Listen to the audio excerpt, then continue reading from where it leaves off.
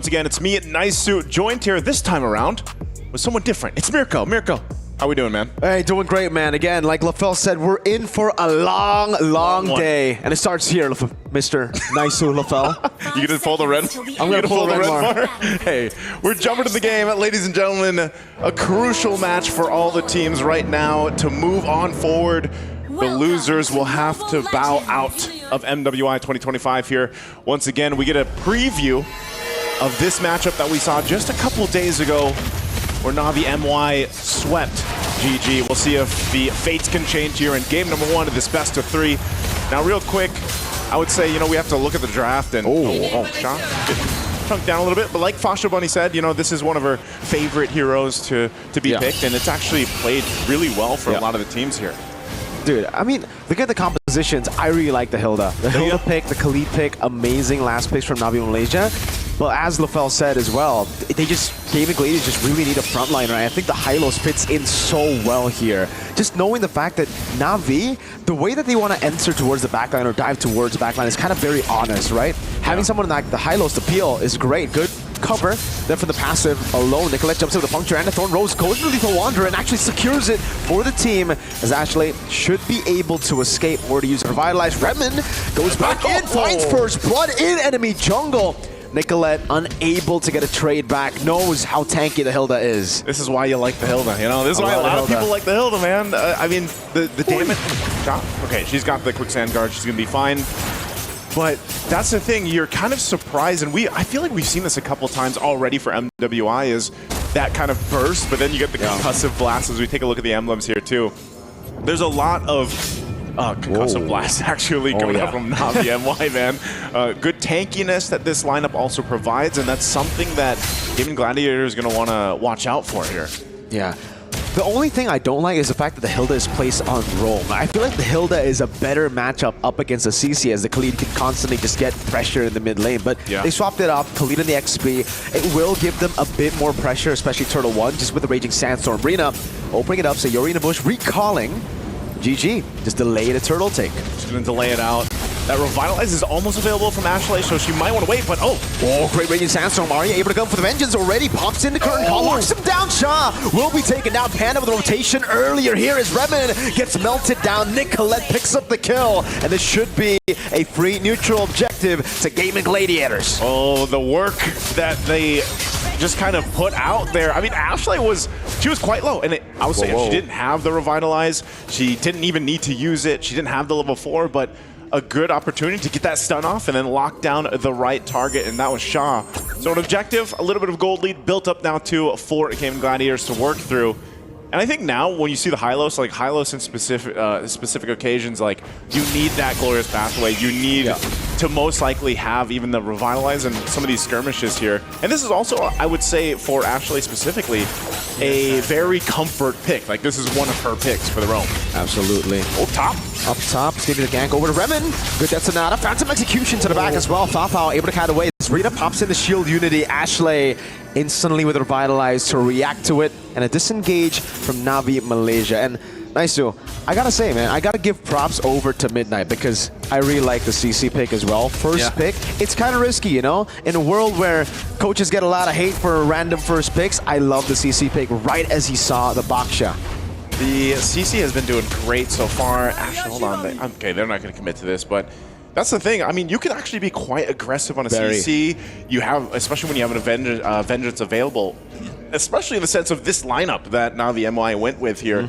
So something they want to work with, but I would say I think even the Earthils right now are at the top, I would say, at least statistically. Earthil just tends to be quite a menace, especially later on in the game. So, assassination in the mid lane. Hani taken down. Nicolette finds the kill, instantly rotates back up top. They're finding great pickoffs. Just with the fact that they have a Hylos here. You see that? You see what Sha just picked up? Yeah. Is that what we would expect? From a Khalid? Personally, no. That's gonna be the sundown. Remen, gun down. Panda not giving the kill. It's Nicolette will be on a killing spree now. But yeah, I think it's an odd choice to go for. But I'm guessing it's because she's up against a CC. She's going to get shredded anyways, right, if she builds tanky. So just go for it, I guess. Try to get that damage off if you can. There's going to be a trade here. So objective, second turtle, now in the hands of GG. Looking to take some more resources as well. So there was a response. They might at least get an objective for Navi MWI down at bot once Shaw is able to push in that turret. But I gotta say, man, they're trying their best to respond to what GG's thrown at them, and really it's just, they're kind of locked in, I would say. This is a very different GG than what we saw in their previous matchup against Navi MWI.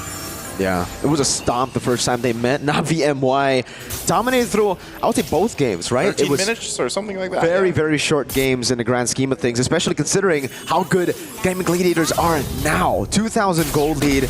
And I really think it's because they finally found the solution to the problem, you know? Some of them were struggling without their comfort picks. Now, Phantom Execution, Nicolette knows that Shah has gone for damage, so wanted to pressure Arena, zoned away, and back to the point.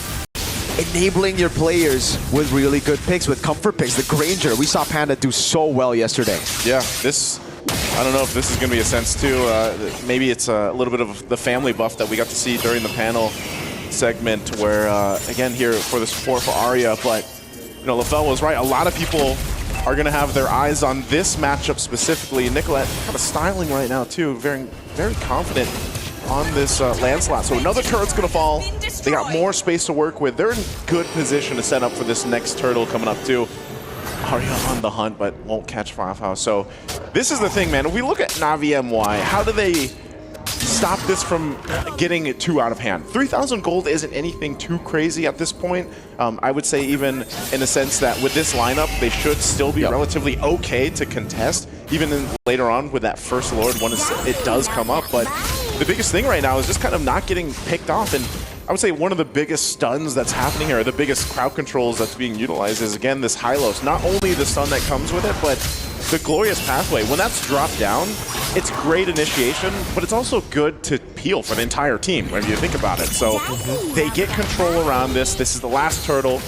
They got control right now. We'll see if Navi MWI wants to fight. Looks like they do. Shield unity to the back. Panda still able to go away. Raging Sandstorm not landing in the back. Nicolette able to win out that red tree battle. Now goes into the back as Fafao continues to push.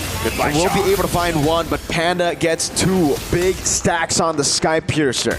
That was an initiation that they thought the risk was worth it, but Navi MWI loses two, and then Panda picking up a couple kills, plus she gets the Malefic Roar now. So, you know, on this Granger, like we've seen, that scaling is going to be really good. We're going to look at the instant replay here. Yikes. This is, they go for the shot jumps in. Yeah, she goes in with a Raging Sandstorm, mind you, again, to set things up, but you see the Glorious Pathway. It's so good to just kind of cut off crucial points of the team fights. So again, good utilization of the toolkits here from GG. That's why I mentioned early on, right? When we were talking about the drafts, Hilda Khalid, I'd say really good picks, but then the Hylos last pick really covered all of Gaimin Gladiators' weak spots. That's the ultimate from the... Oh, how did he take it down on the side there? Arya tying them up now as Nicolette jumps in with the puncture. Actually misses it out, but the Thorn Rose plus Sayori's damage will be enough as Panda once again stacks two more up on that Sky Piercer. GG is out with vengeance, man. They're locked in. Everything is working out for them, and you know, even under a turret, how do you play against that? So looking at the items, you're gonna see there needs to be a lot of space covered here, especially for Fafao.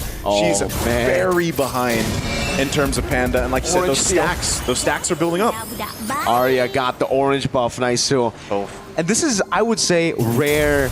We don't get to see this a lot, right? The fact that the Baksha is so far behind, but this is one of the biggest weaknesses for the Baksha. We've just seen Baksha terrorize early game and win out most early games. That's why we haven't seen this side of Baksha. But if you lose out in the early game, first few turtles, especially against a Lancelot, and your jungle starts getting invaded, this is the reality of the utility jungles. Panda gonna be caught by the finish from the curtain call. It's right there to punish with the Glorious Pathway. Man, tied up and slowed down. What do? You don't do anything. You can't even fly away with the wings by wings from that. And as you mentioned, you know, the gap continues to build up. Sayori, take some hits. Oh, is Raymond gonna go for this? Okay. She saw the low health bar and she's like, I can go and get the power of nature off here, but still The turret's going to be worked on. Tier 2 in the mid lane will fall, and Lord is next on the objective list here as GG makes their way up. And Navi MWI is just struggling to find a moment. And like you mentioned, Miracle, a big part of that is Rina here. She's so behind. What can you do? You don't want to box it. You're not really, you have to almost, in a sense, rely on the team at this point. Baksha is most likely just a distraction, or you're going to just try to find a moment where you can take the shots and hope that Fafao can pop off. She picks up a Berserker's Fury right now. So maybe, and if Hani quits getting destroyed, because Hani's out of the picture, and you lose a Farsa this early on in the fight, that feathered airstrike damage is gone. So you miss a big piece of the puzzle of your damage profile. Yeah. Misplaced strong picks, I would say, coming in from Navi Malaysia. Again, I think for me, the biggest point of criticism would be the fact that they picked up the Hilda Khalid, but they made the Hilda roam. I thought the Khalid would have been, again, roam, as Hilda could still stand her ground up against the CC. But now, it's a big Lord in the mid lane. Answer with a feather airstrike, instantly canceled out. Nicolette in the back with a Thorn Rose. Oh, Winter Crown evade from the Phantom Execution as Nicolette gets away. But it was only a diversion for the rest of the team to siege down below. Base turret down below taken out. GG. Looking for more as they rotate up top. That's Natus landing 2 onto Fafao, taking her to half HP as Panda continues to throw out these shots. Mid lane base turret next. Still land it? Big waves in the mid lane. But Navi Malaysia, they'll hold on, but GG will get 3. Gonna get 3. Turret's gonna fall. It's exposed. Do they go for the fight? Rina, shield unity, whoa! Walks up and instantly just gets bursted down by Panda. Going for the shots again, the curtain call as Arya locks her down. But Nicolette stays on the prize there, looking for the end. Gets the kill before the rest of the team backs away. There was literally one HP on a cannon minion to ensure that they got the crystal. What a game, what a statement. You can see the ladies here happy about that performance. They did it faster than they lost to Navi MWI earlier a couple of days ago. Just an amazing performance. They were locked in here, man. Took a while for them to download Navi MY, we would say, right? 2 games. Yeah. And then, even for Title Legends, they had to go through 1 game loss, coming back from that reverse sweeping TLG, and how they find themselves in their element. They know what to do. The traps look good. The execution might look a bit better. Yeah. This is the GG we were expecting. This is the GG, yeah. And it's, I don't know, man. It just seems like maybe the communication is those better arguments here. worked. Yeah, it's crazy. Let's go ahead and throw it over to the studio to see what they have to say about Game 1. Well, first of all, Sairi look absolutely happy for that one. And the thing is, now it's not history repeating itself, because now we can actually see GG, Gaming Gladiators, actually taking game number 1 off of Navi MY. And I gotta say, I actually agree with our casters, a little bit of mismatch here, because Box is an amazing hero, but it's not the Rina hero, and then having the Khalid on the EXP, and it does feel a little bit forced to use that Blade of Heptases. A lot of mismatches here, Fasha. Agree, definitely. At the first place, when I saw they picked up the Roma or Khalid as well as Hilda, we expected, even what we have heard from the cast itself, if, for example, Khalid was being put out as a Roma and Hilda as the XP, probably it could have been having a little bit more fun time compared to what we see so far. Now, Team Navi MY has just been punished from one place to another place. Yeah, and it's really evident that for the side of Gaming Gladiators, they changed things up a bit in terms of the rotation. We could see Nicolette at the EXP lane, and there's an early 4-1 rotation actually for Gaming Gladiator, hence the 3.3k gold lead at some parts of our game. And we could see actually that for Gaming Gladiators, even the emblem set is meant to just deal damage against Navi MY. And I kind of feel like they understand the movements coming in from Navi MY, more like their habits, because they know what kind of gold laner Fafao is, which is she wants to get the gold, she wants to get the minions. So Panda used that opportunity and actually rotated for the first turtle, and starting from there, they hold the map.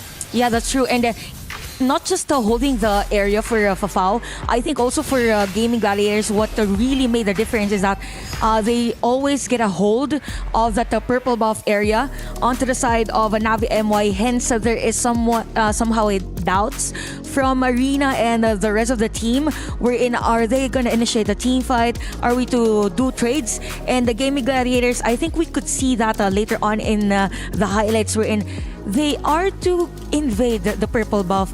They saw that Rina wasn't there, so they let go of the purple buff, went to the turtle, and there was no trade actually for Navi MY. I think this is it, where the Raging Storm was trying to go into the front and they were going into at least invade the front line of Team Gaming Gladiators. There was not much of a follow-up. There was a little bit miscommunication coming in, even though, yes, Fafao did manage to get a trade, but it was not enough because at the end of it all, not only they were able to get away with the turtle, they were able to steal 2 lives of Navi MY. Yeah, I kind of feel like I only saw one Raging Sandstorm actually hitting, and that was in the base. And at that point, you just don't have enough damage. If it hit during that turtle fight, maybe it would have been different. Yeah, and I think that was also the team fight wherein we saw Gaming Gladiators just let go of the purple buff. It was 5 seconds, I think. 3 to 5 seconds wherein GG was just at the purple buff, and then they knew, so it means that there's a change, or maybe they know how to assess what is best in terms of the current situation. So that's what I love about the performance of Gaming Gladiators during that game, and I kind of feel like for Navi MY, they're just really reacting onto what GG was doing all throughout game number 1. So it really does look like Gaming Gladiators, they have very good control over the map as well as very good decision making. So Navi MY, what are we looking at the changes coming in for game number 2? I mean, drafting-wise, probably just the positioning. Hero-wise, there has never a problem. Just the roles of how they want to actually go in right after the second match. And the fact is, I feel there were certain times that we even saw how the Farsa been used, the Feather Airstrike, opening up too much and to a point that she was in the front line. And Team Gaimin ready to say, like, this is like an invitation for us to just shut you down, honey. Yeah, and now we got to look at the head-to-head here. I believe we're going to be looking at the goal laners. We're going to be looking at Fafao going up against Panda. And one of the reasons why we got to look at is not only does Panda had a good game, but Fafao actually had the counter matchup. She got the Irithel going into the Granger, and yet Panda had an amazing game. I mean, we already seen yesterday where Panda was also using Granger as well, and despite there was a back and forth, I think Gaming Gladiators say that it doesn't even matter if you have a counter for Granger. Counter Schmounder, I still be able to do it because Panda had the highest, if I'm not mistaken, still dominated that game with 1049 GPM. That shows how much she is confident with the Granger, no matter what counter you give it to her. I think the thing that made her very confident on that game is the formation also of the hero composition of Gaming Gladiators. I mean, they have the high loss. They even have Sayori to actually stop the players of Navi MY. So Panda was just enjoying the game. You have 503, you have the Sky Piercer. By the way, even Hani was forced at around 9 minutes to build the Winter Truncheon. It just means that majority of the players of Gaming Gladiators are just diving, specifically Nicolette, by the way. So you have the threat from an assassin jungler that could actually puncture at the back line. And for Panda, you're just doing the Rhapsodies, even the Death Sonatas. So it was masterful draft for Gaming Gladiators, and we could see, and for this statistics, that we have the highest damage per minute with the Sayori. So it's just supplementary support as to Panda's highest gold per minute. So add that items that Panda has, plus the burst damage that Sayori has, and even those assists from Ashley. Yeah, we can see that Raimundo actually took a lot of damage, but again, she took a lot of damage, but there was no dishing out. And I feel like this is just fundamentally, you're not utilizing your win condition, your draft, because we talked about this during the draft, where looking at the what Navi MY actually had, they had the opportunity to move around the map very, very fast. But they just couldn't do that, right? I don't see a lot of rotations. Partly is because we saw the highest damage did come from Sayori. And I did see Sayori actually poking out Honey quite a lot, to the point where she can't go to the side lane. She has to go back to base. Yeah, I think also one of the many reasons why it was effective for Gaming Gladiators, or why Navi MY was confused, because even the Khalid was forced to just stay on the lane. I mean, if you're up against a Hylos and that type of hero composition from GG, it is expected that Khalid or Sha will be up front. But I think there was a moment in our game that she was the one doing the split push, and it's not advisable to have a Khalid to do that. You want a Fafao to actually do that. Agree, because you want to be fast. You don't want the moment when you're trying to go into push, people can actually go in. Your opponent will be able to catch you on your action and grab you straight away in that moment. But at the same time, we do have to give so much credit credit to Gaming Gladiators. Not just the map control, it's the fact that the invasion that they've done to a point that Team Navi MY, they couldn't even go out of their own way to make sure that they have be able to push through, because again, once you are being controlled by your own opponent, you can't do anything out of it.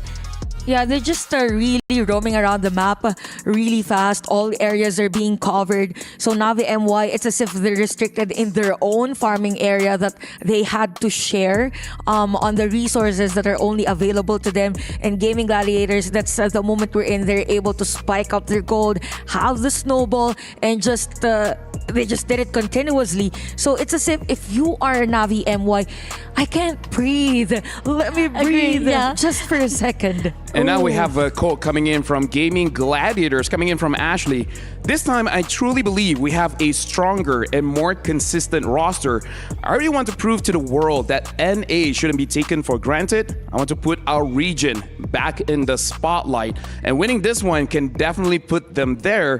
And here's the thing, I really feel like hearing the conversation between the both of you, it's really about pushing Navi MY out of their comfort zone, right? Because even on the heroes, I kind of feel like they're not really comfortable there. So maybe that's where Navi MY, they really have to start to get some control back into the game. Don't let GG take everything from them. Agree, definitely. I think the fact that they've been read from all of their opponents, especially from yesterday as well, the fact that they always try to go in for the dive composition first of all, but then everyone been saying like, now we can definitely do an anti-dive composition back to you, Navi MY. So this is a thing that Navi had to figure out, like, how do you actually be able to counter the counter attacks back? Because the fact is now the teams are having a little bit of struggle to push through whenever there's somebody giving back the energy to them. Yeah, agree.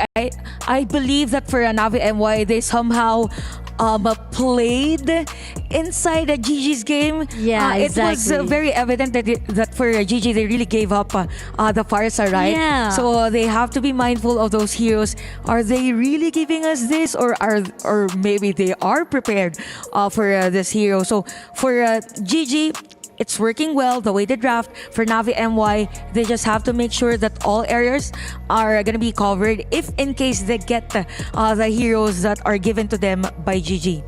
I kind of feel like, let's start with simple stuff. Let's start first thing. Give Rina an assassin, because I don't know about you guys, she did not look comfortable on that Baxia. Yep. Agree, definitely. I think that somehow when we've seen how she popped off with the Lancelot, it was much on her own turf, and the fact that she was definitely on a roll whenever she has an assassin in her hands. So possibly when they wanted to actually have so much sustain in the team, it ended up not going in their favor. So there's a possibility draft-wise could be another hero that could be pulled out for her as well. And the fact that maybe with this having into their mind, they can actually do a better rotation. Yeah, if that's the case, then for GG, I expect that they will not ban the YSS, but have Navi MY do that, and they will pick a Lancelot again, because that was the case for game number 1. Because the last time they met, it was all a Lancelot for Rina, but when they played against Team Liquid, they played great with the YSS. So, Yeah, so they banned it out. They are the ones to ban it out. I believe if that's the case, then GG will go again for the Lancelot,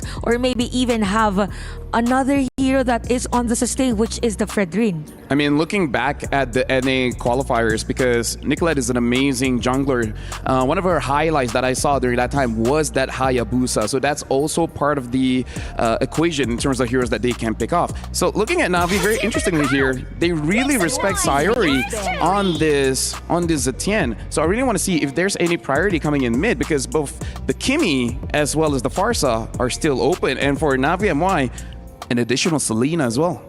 I mean, we did saw how crazy Zetien's been poking off away all the rotation that was done by Navi, and those are the things that is crucial for the movement of Navi MY itself. So they definitely want to make sure that it is a respected band that they want to be aware of coming into the second match. But then again, we do see that it seems that Farsa and Kimi will still be open up as they put out Gato Kacha instead as the ban priority. They are just limiting the options of Gaming Gladiators, because there's a high chance they pull off Zetian and Gatot both at the same lineup. So Navi MY did the research about that. So GG, you have open heroes.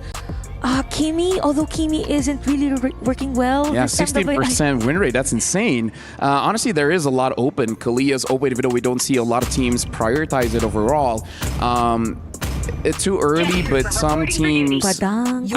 I feel like Farsa is an okay one to open with, but it looks like they are gonna get that Kimi. And I feel like Navi MY, they predicted this because they wanted that Farsa by banning out that Zetian, but right now they don't even have to take it because they gotta assume that this Kimi is going mid, so maybe they will take Farsa on red 3. Farsa on red. Oh, red team. Okay, I thought Farsa on red 3. I didn't hear it right. So I'm colorblind and you just have hearing problems. So, we're good. We have our own Best issues. friends forever. That's how it is. Besties. But then again, but they are going to actually pick up the Farsa straight away with the Badang. So definitely a really good response coming in from Navi MR. I mean, if you have already the opportunity, why not just take it? A really good fizz crack and fizz break to actually have a really good setup for themselves. And maybe with this better combination, Navi MY will have the opportunity to give that push, the aggressiveness that we have been losing seen so far from these 2 days. Assassins hate Badang, but I kind of feel like Lancelot's still okay. Yeah, Lancelot and Arlott could be one, but for green, okay. So, I think this is the same draft that I had. Just to know, Arlott is one of Arya's favorite heroes. She even uses it in Rome. Okay. By the way, this is the same lineup that Gaming Gladiators had when they first met July 15. So they have. Ooh, okay. So we have Kimi, Arlott, and Fredrin. I'm not sure if they will go with the Irithel and Kalea because those heroes are still open. If Navi MY will give it to them. So Farsa and Badang, they can get the Lancelot now. I kind of feel like Granger is a good pick as well, and then just ban every other marksman. Like I kind of feel like Panda was one of the reasons why they lost. I mean, this is also They a pick up repeat. Lancelot, yeah. Yeah, because the repeat of what we see between the TLG with GG, right? The fact that they had the Arlott Fredrin combo as well as the Granger. I like the fact that you actually noted about the Granger. They could have actually pick up, steal away the Granger so that they won't give so much leeway to the side of Gaming Gladiators because that was the reason why they had so much potential to fight off with TLG yesterday. You know what? Looking at the draft, there's a high chance that Navi MY will go Harith again. Since you have heroes that are more on the melee side from the side of GG, so it's gonna be hard to go for that energy eruption and even the final slash. So we ban out the Minotaur as anti-crowd control. Kaleo could be an option for them to ban out. Even the no, I'm thinking about the Jushin, but you already have the Kimi. I mean, Kimi could go gold. Like we don't know, right? Because right. I feel like this is the good flex. I feel like Kimi flex gold admit is still possible. I don't know about this Arlott because I don't know how much practice time does Ashley have. So personally for me, I'm still assuming this Arlott is going over to the EXP. Now GG, they are betting out that Granger. I'm really looking at heroes like the Moskov for GG to actually deal with the composition that Navi MY has, but not entirely sure what their comfort is. So Irithel gets banned out. So with this, GG has the option to go like Moskov, Bruno even could be. Although it's gonna be hard if you're up against a Farsa in terms of mobility, but Kari could be one so that you can do those dashes. So GG could actually limit more in terms of the EX lane. So they ban out the Phovius for this game, and with that, they are somehow forcing Badang to be the EXP lane and have or let them take Lapu Lapu. Yep. Yeah, because I kind of feel like Badang, Roman, and Lapu Lapu EXP is actually quite good for Navi MY. Yeah, definitely. But then they picked up the 1-1 instead for their goal lane, huh? Okay. Clever. Banning out the Irithel. Clever, yeah. Not gonna lie, I forgot about the 1-1. Not gonna lie. Okay. We almost not see 1-1 because of the bans also from the other days. I think we have seen 1-1 getting through like 2 or 3 times only, and after that we keep on seeing 1-1 being taken out all the times to deny the entrance of 1-1 inside the draft wise. But then again, right here, I do feel like yes, damage wise, Navi has the opportunity, but is it enough though? Possible for Navi MY as long as GG doesn't get the Akai. I mean, this is the best way to pull off that Akai Arlot combo against a 1-1 and even Lancelot. I'm just not sure if they're really confident on pulling that off, but it's gonna be Mathilda and Bruno. Okay, just when we said that it's hard to have a Bruno against a Farsa that could potentially just rotate on the lane, but you you have the Mathilda, so in terms of escaping, it will be a lot easier for GG. But the strength of GG here is literally the Mathilda and Kimi because of the fast clearing of minion wave, so they could just go in the EXP lane and have, if it's gonna be Badang on the EXP lane, to be at a difficult situation. At this point, I kind of feel like GG, they're really trying to win the mid lane. And I kind of feel if they're able to kill a Farsa or whoever their roamer is before the turtle starts, I think a very big snowball will start to ensue, because we saw in the previous game, they controlled the jungle very well. They might do the same. I was thinking of the Lapu Lapu, but looks like they are going to pick up that glue. So going up against Badang, Farsa, and Lancelot in mid is going to be a challenge for Gaming Gladiators. Thank you very much, Fasha Bunny, as well as Chantel. Looking at the draft here, I actually feel like both teams are able to get a very good draft. So now I'm going to be giving it over to Naisu as well as Mirko to call for the second game. We'll see whether, Navi can actually win it back, or they got to return the favor and lose 0-2. And we will find that out here in just a second. Once again, it's me, Naisu, joined here with Mirko to bring you game number 2 in this best of 3. A very dominant game 1 that we just saw from Gaming Gladiators, 11.5 or so minutes, much faster than they felt the defeat before. Mirko, what do you think of the drafts here? They're both, I agree with Lufel, they're both pretty good. I agree too. I mean, there are winning conditions, solid ones for both the compositions, right? The 1-1 though, it's picked up, and it really comes down to how good Bafao can be on the 1-1. Because up against Panda, here on the Bruno, this is much more of a safe weak side pick than it is a way to beat 1-1. Yeah, I think that's always the difficult thing when a 1-1 comes into play is, getting the marks off and then getting the crossbow tank, finding the right moments to be able to do that too. And you do have a lineup that can actually snowball pretty quickly, I feel like, because of what they drafted. And we know Glue has actually done really well too, to be that front line, obviously, to bring back members. You can see Arya dealing with that bullying that we usually see from a Glue in that XP lane. Yeah. But that's an interesting thing, man.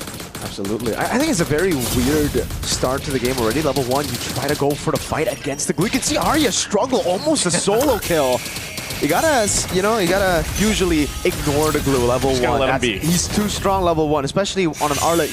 You're online level 2 once you can get some more resets on the Vengeance. Yeah, so she's gonna go. Oh, I thought she was gonna go back actually, but I guess she got the call that, hey, actually is here, Sayori too. Maybe they can get something to go, but I just think you don't want to play too low health this early on, especially with a Lancelot across from you. So you see Rina, she's got that level 4 now, but still, I guess utility-wise, when you look at GG's lineup, it's great in the sense that they've got a lot of options to escape, but also engage the fights, and that might be crucial in, again, timing. Now, they showcased it here mid lane. Whoa, good gank over to Hani.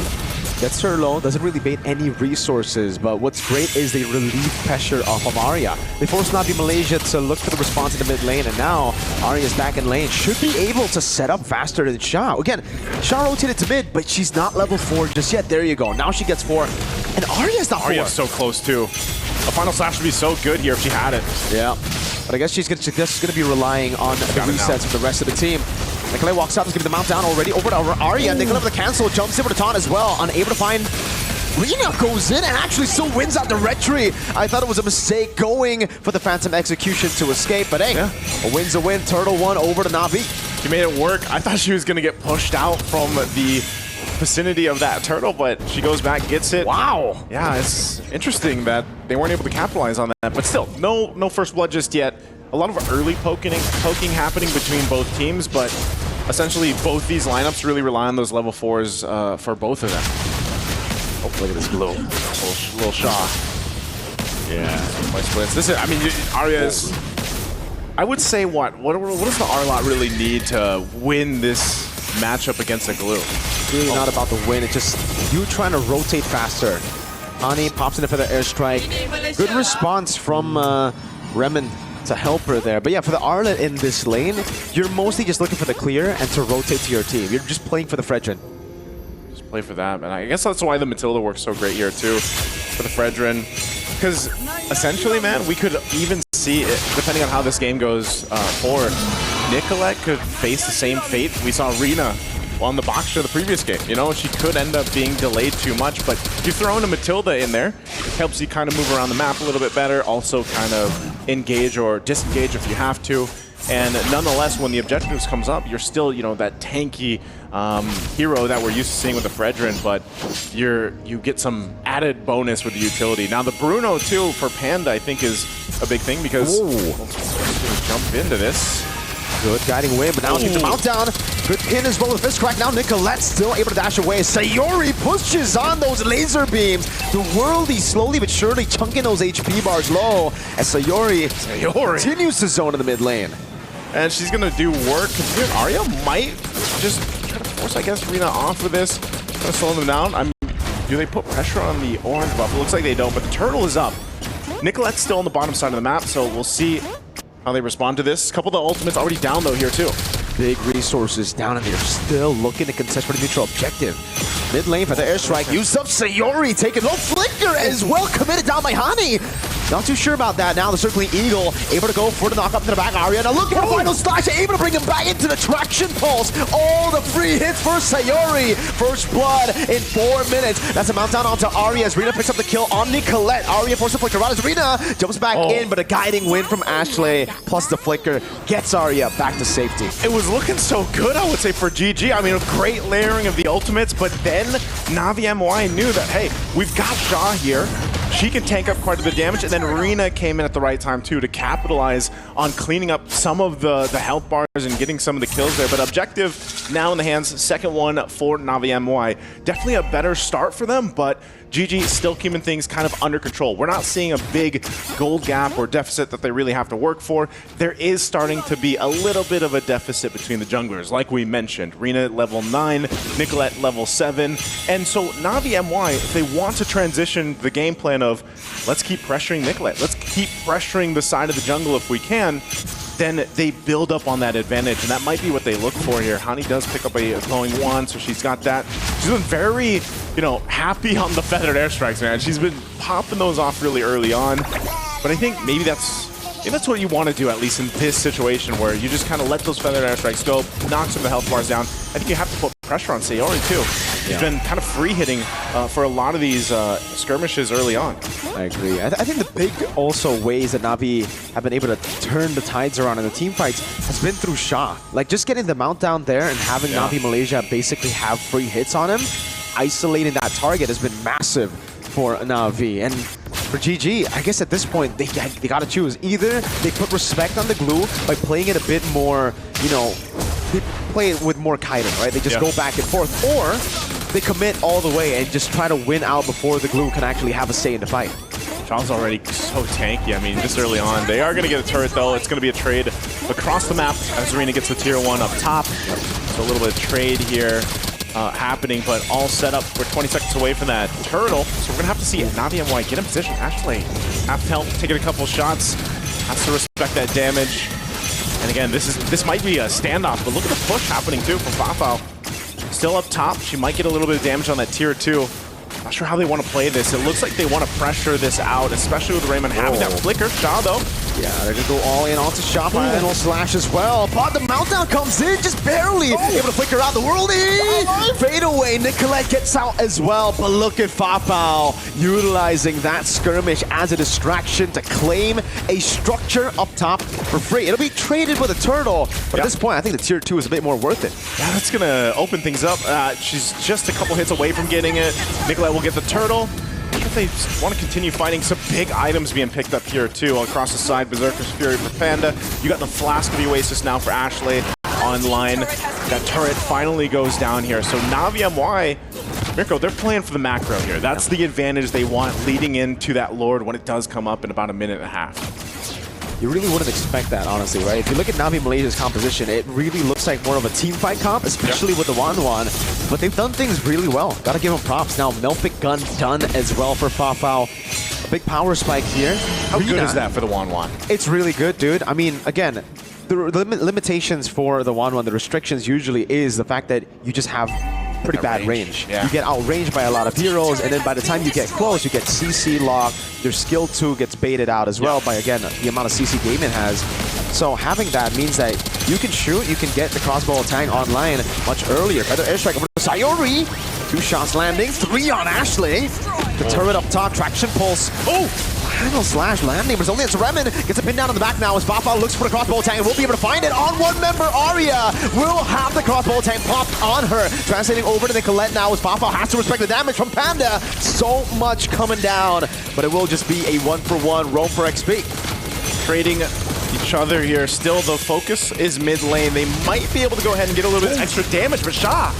Massive mount onto Panda, flicker out already, and now Sha finds herself in a tough spot. 1v4, no one's there to follow it up though. Slight tackle in Nicolette, looking for the chase. This is what Glue does. They're hesitant for some reason, but finally they decide, no, she's alone. Sha gets away in the end.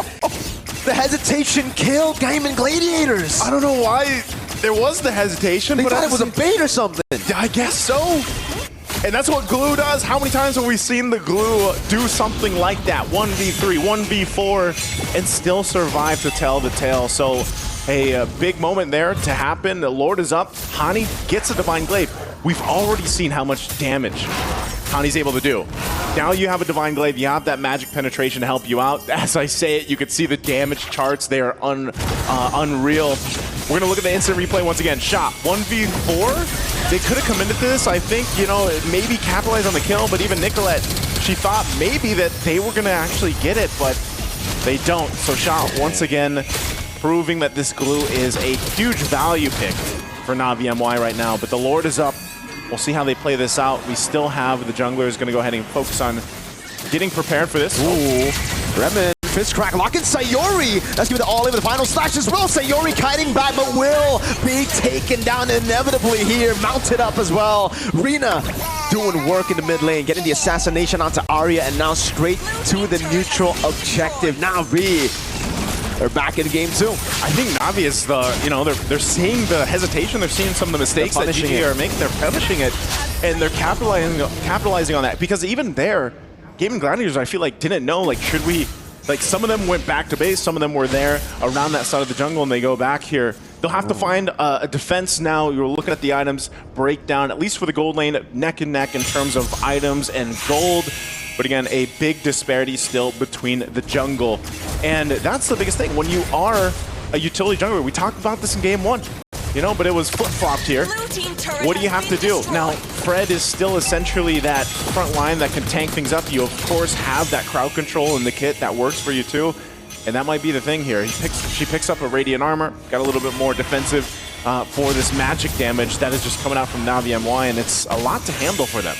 Yeah, I mean, wait, Remen, it's caught by the immobilization. Still able to find an angle to rotate back into the mid lane, and Navi continue to siege down. Holy defense. Oh, good rotation, or good hold by Nicolette in the mid lane. Stopping the Holy Defense from being taken, but still bottom. Holy Defense was popped in. Now Lord up top will be able to get a charge down. They should be able to deal with this. Yep. It's going to be a turret take. But nice. So I think at this point, Gaimin needs to understand their composition is all about longer team fights. They'll have so many more ways to dish out damage in a long team fight. Navi, they're kind of like a big smack up front, and then they have to back away right off of the cooldowns. Yeah, literally, right when that Feathered Airstrike is expended, you lose a big part of the damage. But then even the Crossbow Tang, if they can just wait for it, I think, again, as the game goes forward, that's why I want to see these lineups work in a longer game. Maybe we do get a chance to get to, what, the 18-minute mark plus, and then we get to see both of the compositions shine, because right now, like you mentioned for Gaimin Gladiators, they don't have that ability, I feel like, to drag those fights out. At least it seems like that, just because of how they're getting picked apart. Now, Wind of Nature picked up for Panda. That might be the name of the game. Pick up those defensive items. Get to that point where you can withstand that initial window of burst that comes from the lineup from Navi MY. You can see that too. Winter Crown available for Hani. So Hani has been really good so far in this game. I know she doesn't have crazy kills or anything like that on the far side, but really that's not her job. She drops down the Feathered Airstrike, gets people to, what, half health even, and then you have Rina or Fafao to come up and clean up. So we'll see it once again. It's Game Gladiators. You know, the aggression here. Pick up attempt over to Redmond, but they're split up now. Nicolette is all alone. Crossbow Tang ready with the airstrike as well. Papa Inspire Crossbow Tang. Now Panda tanks it up with the wind of nature, but finds herself in a tough spot. Rina gets the assassination. Arya's next on the chopping block as Rina claims a double. So Yori and Ashley left to defend 14 seconds on the neutral objective, but Na'Vi, they want to end the game. They want to force a third game in the series. They might be able to here. It's Sayori only here with Ashley. They go in. But certainly Eagle. Now the Predator airstrike has zoned him in the back. Now Remen, very low. Puncture over from Rina. Goes straight into the mid lane. Sayori doing her best to clear out the waves. 3 seconds on Nicolette now as Remen walks back up. That's going to be the guiding win onto the front. So the minions don't get in. And it's a good play to save the game, or rather, to extend it. Extend it. That's what they needed. They needed to buy time here. GG is still in it, but the Lord is going to be focused down and take down Navi MY. They got to go. It looks like GG might want to contest this. They go in, Nicolette. They got to gamble on this. Feather airstrike landing on Panda. That's going to be the Phantom execution as well. Lord not taken just yet, and Navi Oh, this is risky. have been forced back. Now GG, it's their time to control the tempo. Yes, they're one man down, but they got to force something out while Navi are low, while these big resources are on cooldown. Oh, again, it's going to go for a little bit of a reset. The rest of the team is making their way back to the Lord pick here. And Ashley trying to join this fight. They get control. Navi MY. Final slash over to Pop Out. That's even the second skill baited out. Feather airstrike. Nicolette finding herself almost taken down. Has the guiding wind to save her, but that means there's no jungler to look for the retreat, to look for the neutral objective, and Rina claims it for free. Navi MY played that so well. It was a pendulum basically for that Lord swinging back and forth, and unfortunate for GG, they just didn't have the firepower to withstand, or even the defensive items to withstand the initiations or the poking from Navi MY. So they find themselves once again on the defense here. This might be a position for them to work with the lineup that they have, because of the last couple fights, man, haven't been good. I mean, it's clear that there is a different idea happening, because we've seen now 2 major team fights where one side of the team is on another place, and then you have a couple from GG on another. So we'll see how they play out this defense. Rina Takes a couple shots. Lord's going to be worked on here. Thorn Rose baited out. Now Lord in the mid lane for the airstrike as well. Panda able to go for side tackle. Arya went for the cancel, but wasn't able to find it in the end. Let's see Panda kiting back. Fist strike coming out as well. The base wide open. They're going to go for it. Pop, pop, pops the Inspire and secures the game. You see thumbs down there. Some emotes from the ladies. This is getting hot. It's getting close. We wouldn't have it any other way. This is a crucial, crucial game for all the matches today. We want game 3, and Navi MY made sure we're going to get that. So far, Naisu, this series has all been about speed. Speed. Whoever gets the snowball first, whoever is able to push in the game and control the pace has really been able to take over. They have, and I think this sets it up for an amazing game 3 ahead of us, man. I don't know who's going to come out with more speed for game 3, but I don't know. Either way, maybe game 3 is where we think about the junglers. Yeah. Are they going to match up And with the gold speed lane, man. Yeah. Panda does well on Granger. That's true. If it ain't broke, don't fix it. Don't fix it. Studio, we're going to have to go ahead and throw it over to you guys to see what you guys think about the speed of this game 2. Yeah. Yeehaw indeed. Like you guys said, speed kills. The question is, kills who? Because so far we've seen whenever the jungler gets an assassin, namely the Lancelot, the entire team gets this kind of confidence. But when you have this utility jungler, everyone starts slowing down. Yeah, and it's very evident on this game. I think there were a lot of moments that wherein Rina was able to secure a kill. Like this, for example, when she had a double kill, when in fact Gaimin Gladiators still need to position themselves before going to a counter engage. So it's just Rina puncturing all throughout the players of GG, and you also have supplementary damage and even supplementary crowd control and all those layering of skills from Navi MY. And I gotta say, I'll be honest, both teams played really well and smart for game number 2, that we actually saw moments wherein they're forcing each other to commit mistakes. I mean, again, back to the speed topic we're talking, right? The fact that we were holding on to the hope that maybe Gaming Gladiators, if they will be able to go for the late game itself, getting all the powers they need, they could spike out a different path for the game itself. But it didn't happen here because Navi MY keep pushing and pushing forward to a point that Gaming Gladiators couldn't do anything. If I can highlight one player, I got to talk about Raimundo or Remen, because that Badang really cancels out any kind of ideas that Gaming Gladiator really has, because it's either the fist break or the fist cry, but either way, the displacement, the mini stuns, it really did affect them, because we saw there were moments that they wanted to try something, but Raimundo's like, I'm one person, I'm stopping 4 of you. Yeah, agree. And if you look at the mobility of Gaming Gladiators, it's just the Matilda that actually speed them up. I think we saw play from Raimundo at the bottom lane earlier, wherein majority of the Gaming Gladiators just want to position themselves to the usual pathing that they do.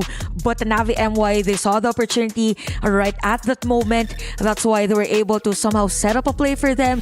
And we could see actually that all throughout the game, you even have Sha up front.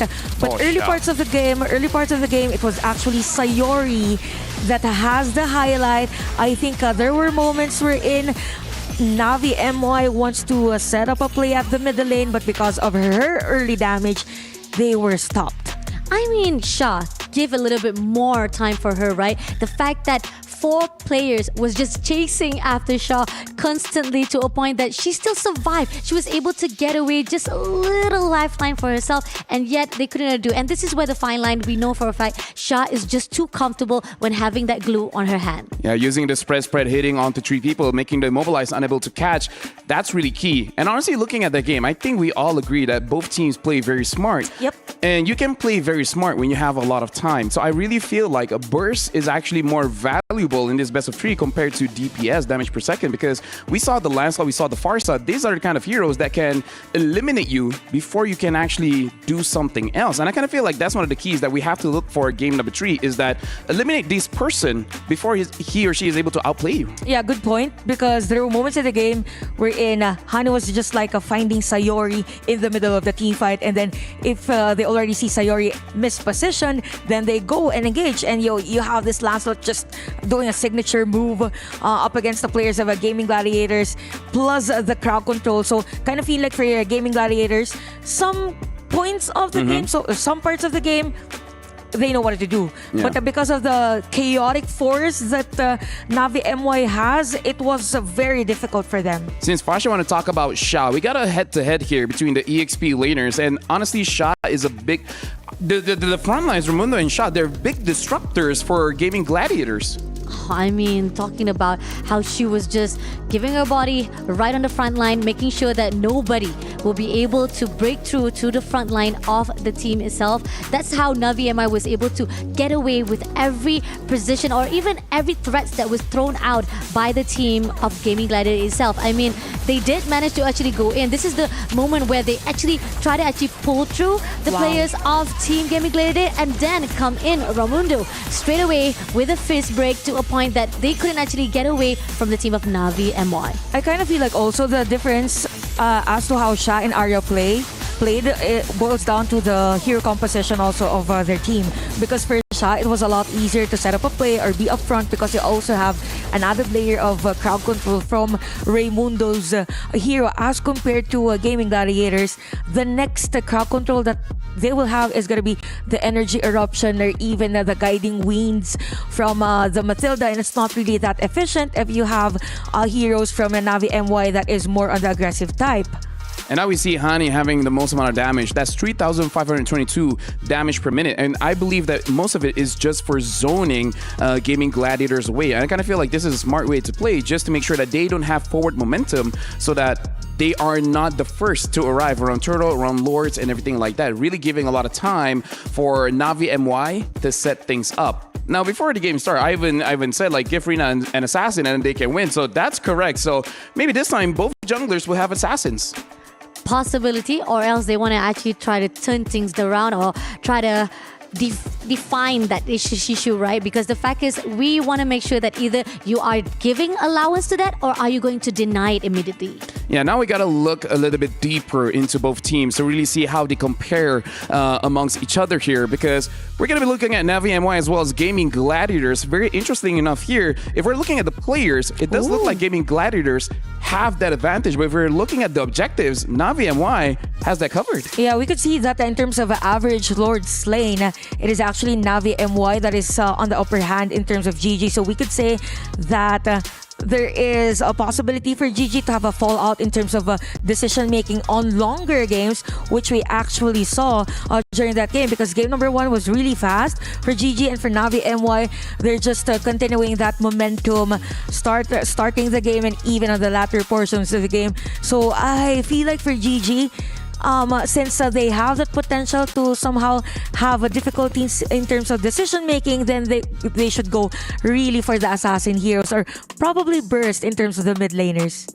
I think this is where the fine line we are seeing that the maturity of Navi MY, because we've seen from day number 1, we keep on seeing Navi MY keeps on going in for the diving composition, always trying to go for the harassment, the aggression, and then we talked about that this is going to be a really risky for the side of Navi, because if you keep on pushing on the enemies or you trying to push in on your opponent, people started to read it up and they will try to backstab you or try to counter attack you. But now finally they are trying to actually portray a little bit of priority to the objectives, and this is the one key that turns things around. Ladies and gentlemen, let me remind you why this matchup is so intense between both teams, because this is for tournament life. They went all 3 games because they know losing means going home. Winning will advance to the quarterfinals, where later on they will be going up against Navi PH. Now that's a difficult match, but we gotta have this mindset one game at a time. And now for both Navi MY as well as Gaimin Gladiators, we went from a best of 3 now to a best of 1. One mistake and then that's it. You go home. And speaking of mistake, one mistake could be through the draft. So we've been mentioning from the previous days that as much as possible, you want heroes that are more on the flex side. So I think for Gaimin Gladiators, now that they learned again that their hero composition is not as effective as to how they pulled off in game number 1. I mean, they played it against the same team from day 1 of MWI and they lost that game, and they tried it again on a do or die situation. It seems as if for GG, that's it. Let's not try to use it again. But for Navi MY, since they are able to defeat that same lineup again, then they just have to continue giving Rina those assassin heroes, having Hani on the burst. I won't be surprised actually if they pull off another Selena, just for the sake of having that comfort on winning against GG. I mean, this is really tough because, again, it's all about whether you want to actually go in with the comfort picks that you've already done. And so far, the players of Navi MY is able to play it out into their hands for Team Gaimin Gladiator to fall through. But then again, the question is how much you wanted to deny, because glue was actually already expected, but the first one was been denied completely. That's the reason why Navi MY couldn't get the comfortable rotation that was done before. That's the reason why they actually won against Gaimin Gladiator on the first day. But then they finally go in with the same rotation again. Now that we've mentioned about the glue, I think the winning condition, or the best thing that the coaches should consider in this game, is whichever EXP lane has the winning matchup, not on the lane, right? The hero up against the other hero composition. I think that's the winning recipe. If the glue was effective against the rest of the players of GG, then that should be also the answer of Coach Rexvin and Coach Midnight against Navi MY. We definitely have to see, because I feel like it's not really on the heroes, but the sequencing. Because even picking up that Selena, I feel like if Gaimin Gladiators pick up their mid laner early, say they pick up something like a Zithia, like a Farsa, that's immobile when you're using your skills, then they might go for that Selena just to make sure that they're able to pressure whenever the ult has been used. So I kind of feel like that's one of the reasons why they pick up the Kimi first, just to make sure that they don't get into the trap of Selena. Now, Gaimin Gladiators are going to be the first pick. Navi MY will be the second pick. And instantly, the Lancelot is out. Looks like that's the hot pick for this game, and it's instantly out, as well as the Uranus and the Yi Sun Shin. Zetian is not a part of this game, as well as Baxia, and looks like CC. So they're respecting both Sayuri as well as Arya in the first game, and Gaimin Gladiators are really respecting Shah as well as Rina from Navi MY. This is tough. Definitely, they know that they just don't want to make another mistakes. And like you talked about, Lafel, this is just one more stand or life to go for the team, for both of the team itself. So they're actually trying to hold off as much as possibility. Who are the players? Who are the heroes that can fall into their hands and they can actually counter it off? So far, I do feel that the respect ban is really wise. But who will the team of Gaimin Gladiators actually I would take prioritize? It's up to GG if they want to get Kimi again or the Farsa. But No, Granger. Granger. I mean, like, even against a counter, you win. But at this point, Navi can take away that Farsa. yeah. So there's gonna be a trade, right, for GG. So we get the Granger. So Navi will choose either they get the Kimi or the Farsa. But it's definitely gonna be Farsa Farsa. Badang. I think And don't Farsa forget Badang. Irrital. There you go. Irrital has also still been opened up, so we did saw how that could actually be able to counter off the Granger as well. But But it then didn't again- work game number one, Yeah, it so didn't you work. know. Yeah, it didn't work though. I'll be honest, Navi MY had a better trade on I the agree. first round of our pickings. Imagine crowd control and even burst, and that has been the cause of headache for a GG game number two. Now you have the Hayabusa. Ooh. Now they have the answer against the Farsa, but it all depends if the early farming would be effective for Nicolette on this game. But they also have the Kadot. It could be a good counter against the Farsa that has the better airstrike, but you don't want the AOG just to zone out alone a Farsa using the ultimate. So this Navi MY, they could get Suyu, okay? So Suyu, just for the sake of having a matchup that is on the assassin side, because for Joy you have to change some of the items, and this has the potential to escape during a team fight. I don't know. I mean, it's really tough to say though, because I know when it comes to Suyo, yeah, you got a really good high, definitions of the front line. You'll be able to go in with the Kriller and stuff. But then again, I mean, there's a lot more jungler that you can actually pick up right here for the side of Navi. It could be in a little bit of rush on the side. I don't know. Maybe this is just a hot take for me. What do you think, Rafael? Personally, for me, I feel like both coaches are like, shaking hands, be like, okay, let's just get our comfort, okay? Because Nicolette won the NA qualifiers with that Hayabusa. We saw how amazing Panda is with that Granger. And even you, checking back your notes, GG does use this God Thought a lot. And looking at Navi MY, they pick up the Farsa and the Badang again, which in my opinion is the winning condition from the previous game. And Suyo, the real weakness is that now he doesn't have that magic resist. So if Gaimin Gladiator is able to get a mid laner that can deal a lot of damage very, very fast onto the Suyo, then the Suyo will prove ineffective. But I really feel like at this point, they just want some kind of comfort so that the players, they have a free mind. They don't have the jitters. Yeah, because it's just like more of a muscle memory in terms of rotation. Exactly. They know what to do. They know when and where. So for Navi MY, they will ban out the Kimi, since Sayor had played really well on that previous game. But for GG, they want to limit those XP laners that could be a potential threat against the Granger or even be on par in terms of sustainability. And this Gatot, Phoveus, yeah. Since it's with the Phoveus. Yeah. Could be a Ruby also, not sure, against Hayabusa. Just for the mere sake of having crowd control. It's going to be Phoveus, yes. Some people call Sha as the Queen Phoveus because of the performance yesterday. She's Shavius. Shavius. Okay, so At this point, it's like, I think it's safe if you want to pick up that Irita, really hide your EXP laner for last, unless they have something else for gold. Oh, they pick up the Moskov. They pick up the Moskov for goal. I mean, yeah, considering with the fast pace coming in from the goal laner, I think that Navi MY, they know for a fact they gotta slow things down for a while. This is what they actually achieved from the second game itself. They slow things down and they'll be able to actually pull through with every single rotation or the movement of GG. Oh my god, I'm so sorry. GG itself, Gaimin Gladiator was able to pull through. But then again, the question is, Team GG has a lot of potential to actually invade a lot of that bank line, and that's what I'm worried about when it comes to Navi MY right now. Looking at the screen, looks like they're very heavy on this mid lane pick. Even the coach is like, Sayer, you can do this.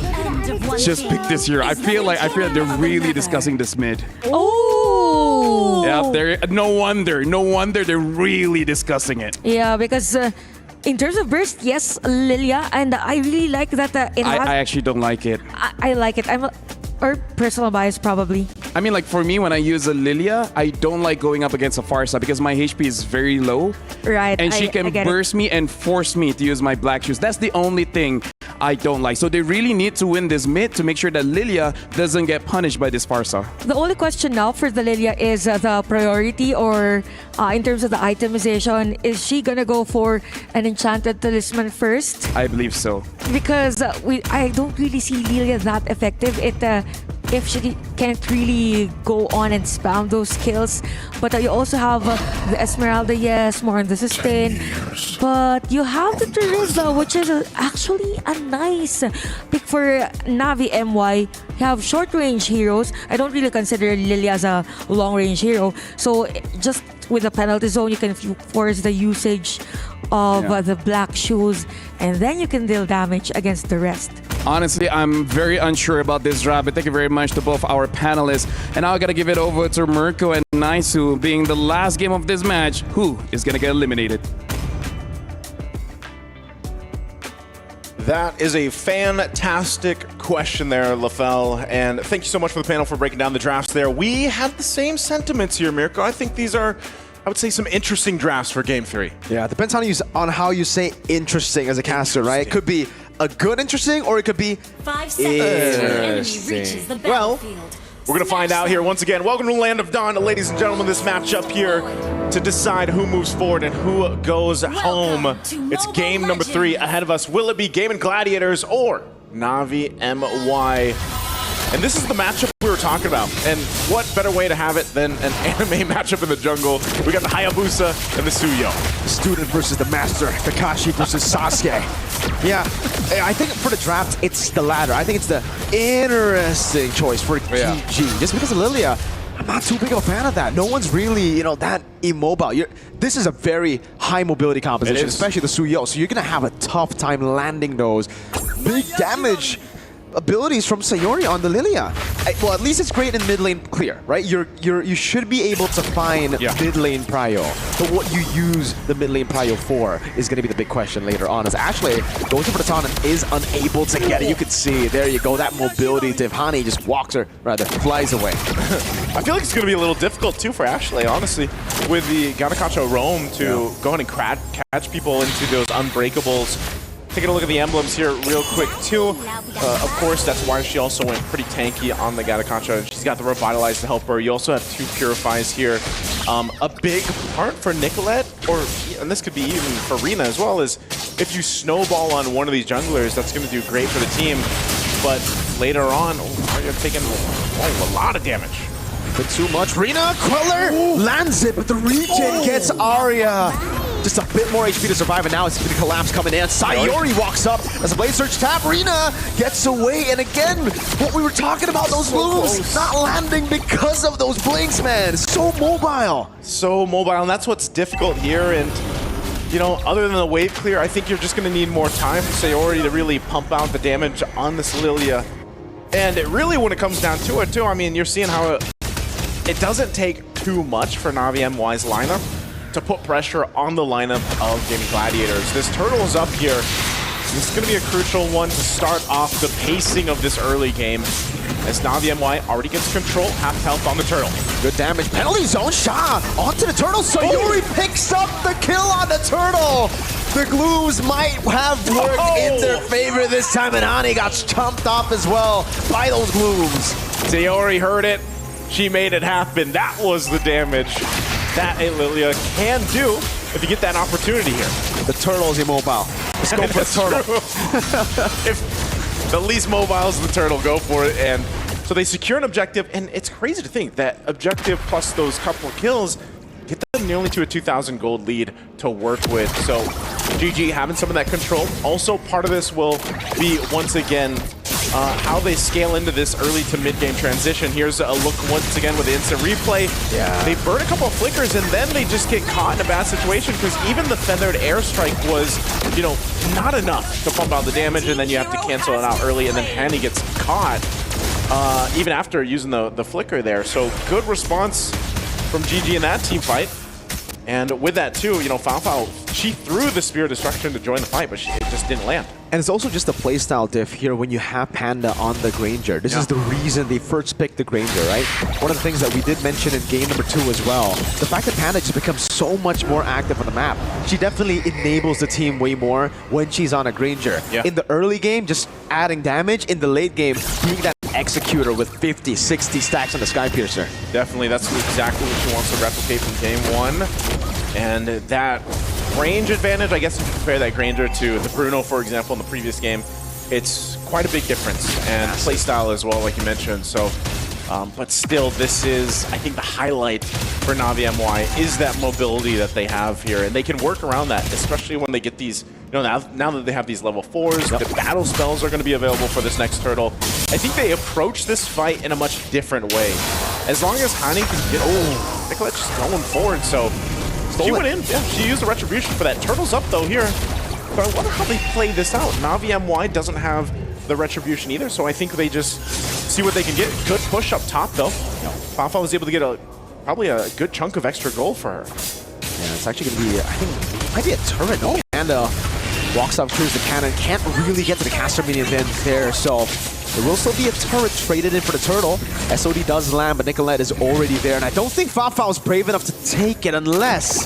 No, SOD Shadow has disappeared. Nicolette should be able to take this for free. Neutral objective secure. Turtle number 2. Taken by Gaimin, Gladiators. Down the mid lane they go. Quad Shadow over with a Shadow kill as well, but it actually goes on to Remen. That's an AOG not landing. Hani able to flicker out to safety. And it's just that, turtle for turret. 2 flickers burn though in that pressure put on by GG. And like you mentioned too earlier on, so Skypiercer is now online and available for Panda. She's got that locked in. And this is where Navi MWI wants to make sure that, you know, they don't give these opportunities for that stacks to start building up for Panda, because it's going to be tough to deal with. Now, the pressure that will come through GG's lineup now at this point in the game, they hold up as you see Panda rotate down towards Fafao. Actually, another flicker burn. 3 flickers down. Yeah, they're doing a good job of just getting that resource down alone, Mirko. And that will really benefit Sayori. We've been talking about how mobility is crucial for Navi Malaysia to outplay Gaimin Gladiators. The fact that now they won't have 3 flickers means that Sayori is going to land more and more moves. Good SOD landing. Instant revitalize from Ashley, respecting the damage that couldn't come through from Fafao. But the poke is right there from Panda, still coming out. Hani rotating bot, and GG go back mid. Clean Gaimin. Yeah, it looks like they're, you know, trying to find these windows of opportunity. Ashley having the Avatar, the Guardian available, can usually jump into those turrets if they want to, but they didn't have the wave pressure either, so they've got to manage that. Navi MWI just stopping things from getting too out of hand. So we're going to take a little breather here in this one while our players, of course, get things situated. But again, it's a small lead, you know, well, 2,000 or so for GG right now to work with. We're 6.5 minutes in, as you can see this, and, you know, this is a 1-for-1. This is game 3 here for both these teams. I think when we really look at this, though, Mirko, what is that power spike for Navi MWI to showcase here, to show up? Because as mobile as they are, it seems like they're kind of just lacking maybe a little bit in terms of the fighting power that they have against the lineup that GG has. I think the main win condition was definitely win out Turtle 1, grab a snowball from the start of the game, and see who's faster, right? See if they can catch the speed. And Navi Malaysia, they weren't able to do it. The penalty zone was off by Shah, wasn't able to set up for a proper red tree for Rina, and that really costed them. Now their main win condition is down, so this is, I guess, the reason they went Moscow. In case plan A doesn't work, which again is the snowball, they still have Fafa who scales pretty well. What? It's an awkward fist crack. Arya just goes to the Purify and gets out, gets a few shots of the Feather Airstrike, but she can take it. A little bit of a push up top for Nicolette. I don't think she gets any hits herself. Arya with a sliver of health. Going to be able to survive. Looks like the focus. They might make a play under the turret. Yeah, Nicolette jumps in into shadow kill. Ashley walks up with a taunt as well. Just locking her down as AOG comes in to bait out Shaw's flicker. Fafao gets the turret down below. So they have plan B in action. Golden Staff already. But it's looking like plan A is falling a bit too far behind. Ashley planted herself right there, right in front of Arena. That's going to be a turtle secured. Shaw takes a couple hits. Gonna go in and redo. I don't know about that, Rena. This is tough. Was it the Blade Surge? Luckily, there's no one there to follow it up. But that was an ambitious blade surge down in the bottom lane. Sayori with the glooms, forcing Fafao back. 3 flickers, back up, Naisu. They've got these, they're trying to hold on to this turret. I mean, Panda has been here for quite some time. Sayori will hold them. Feathered Airstrike going to be dropped down. They just want this turret. Black Shoes. Massive fist crack with a pin down, but there's no one to follow it up. Now penalty zone! And the SOD lands flush on Sayori. She couldn't survive that one as Aria continues to run away here. There's not much they can do. Back Nicolette with the shadow kill in the back of the quad channel landing too. Rina going to be falling as Panda picks up a kill. Threading the needle to get a death sonata. Just when you thought that was Navi MY's fight, GG comes in to save the day. Oh, hold on. AOG. Flickers out for Hani. And that will be a tier 2 in the mid lane. A massive lead. 6,000 for GG. What just happened to the gold lane? I mean, this is ballooned in the last, couple minutes here. We got back into the game. We're going to take a look at the instant replay. Once again, Feathered Airstrike was dropped down, and Raymond goes in for this. The Revitalize helps extend this fight. And you think it's over from here, like Arya's just going to be taken down, but then right at the right time, Nicolette gets the call and goes forward with that shadow kill. Panda to support her too. Rhapsody shots were on point, so great layering of everyone in that fight. After this, Naisu, I just don't want to see Nicolette on utility junglers anymore. Lancelot work, Hayabusa work. Oh, solo kill in the bottom lane! Right as we call it, Nicolette, a lethal assassin in game 3. I know what you want to see though. You want to see Panda on the Granger some more. Oh yeah, for sure. Panda needs to stick on Granger, Nicolette on Assassins, and then the rest, do your thing, you know? Do your thing. Navi MY, despite facing a 7,000 gold deficit, seems like they still want to go ahead and find some of these fights. They're going to have to give up the Lord, of course, and get ready for a base defense. But you know what we haven't seen just yet is really a valuable penalty zone. If Shaw can actually get a penalty zone in the base defense to help things up, maybe that will set up Hani to drop the Feathered Airstrike a little bit more. That might be what they need. At this point, it has to be Remen to set it up first, because the penalty zone, you can react on the penalty zone, right? The quad shadow can still come out for Nicolette, but no one can react to a fist crack, to a flicker pin down from the Vadam. Yeah. So it comes down to Remen. Is she able to find these prio picks? And I think right now, the prio pick, it's tough to get the prio picks because it's Nicolette and Panda. Sayori has Purify in the black shoes. Arya has Purify too. You need to find a way to get both Panda and Nicolette. And that's tough. They're both going to be split up, right? Nicolette's looking for flanks. Panda's playing so far back. Yeah, this is going to be a difficult one to defend against, but maybe Navi MY can go ahead and pull it off. Again, they're facing down quite a disparity in terms of itemization, so the waves will push in down on the bottom side with the Lord. And we'll see how Gaimin Gladiators decide to assault the base of Navi MY here. They take a couple shots with the Death Sonata. Ooh, shadow kill in the back. Hani able to flicker out to safety now. Navi on their last legs. No flicker for Hani. Has it for the airstrike. Lord still very healthy in the bottom lane as Sayori continues to push on the pace with the Gloom. After able to taunt. On to the back. Remen doesn't have an angle to attack. Now the Blade Surge used up, and also the Soul Sever to clear out the Lord as Nicolette goes in for the Shuriken one more time. For their airstrike into the mid lane with AOG! Into the back, locks her down, cancels it out. It's a big fist track over in front, but there's no one to follow it up as Nicolette goes back in with the Shuriken again, and Panda gets the execution. GG! Can they end it? Can they do it? Slowly but surely, chucking HP bars low. Arya taking a bit too many shots from the turret. Remen goes and gets taken down. The SOD from Fafao gets Hanavi MY another chance to come back in this game. Navi MY will stop Gaimin Gladiators from ending the series there. It looked so close, but yet it was so far. A great defense from Navi MY to play around, clearing the minions to keep them at bay, but then also staying into the fight. Looking at the instant replay here, Ashley jumped into backside to put pressure on Hani, but also the team was cut off from Raymond, so it was really good setups from both sides. But then even so, the waves were cleared out. They didn't have any waves pushing into this fight. And then that Spear of Destruction that comes forward, forcing this response from Panda. A great decision there from Navi MY. It's always the Malaysian teams, man. It's always have a gold laner Moskov that can turn things around, man. I got innocent flashbacks right there. Happened just last M series. Oh, good pick. Great shutdown. But still, It's a big, big win for GG. Yes, Na'Vi have now gotten another shot at taking or making a full comeback, but it was still two big basers, Naisu. Yeah. We're still on track for a GG win. Gaimin Gladiators still has a healthy lead right now at this point, and they have control of this portion of the map to go ahead and secure themselves this Lord. We'll see if Shaw can give the information, if there's going to be a response. She gets whittled down quite a bit from Rhapsody shots, plus the Glooms and Arya trying to do her best to keep them. Bea, jump in. AOG locks in Rina. That's giving it to Ton as well. Three-man pin down from Remen. Hani gets away with wings by wings as Arya dishes out damage. No Panda to fight. The Lord reset, and Fafao is getting a lot of value up top. GG. The pressure is starting to hurt them bad. That penalty zone, man. Able to catch out Panda. Panda still had Flicker. She wasn't able to go ahead and get out of that danger penalty zone. The danger zone is true there. Nicolette. Oh, Nicolette. Okay. The Lord is up. They want to fight for control here.